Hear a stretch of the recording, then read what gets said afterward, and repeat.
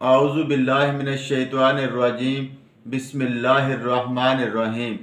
अज़ीज़ दोस्तों, बहनों और भाइयों, अस्सलामु अलैकुम वरहमतुल्लाहि वबरकातुहू। उम्मीद है आप सब खैरियत से होंगे। मैं हूँ साजिद शाह और आप देख रहे हैं अल सैयद हेल्थ सेंटर।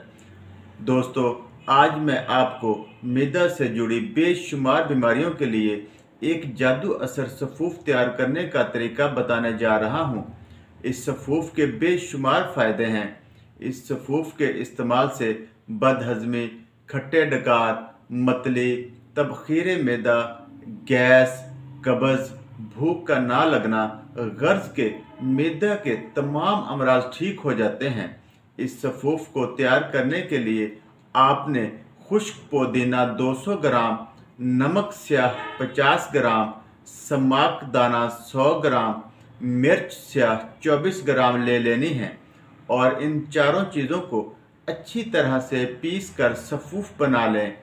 आपको मैदा से मुतल्लक जब भी कोई मसला हो तो आप इस सफ़ूफ का एक माशा सुबह शाम पानी के साथ इस्तेमाल करें।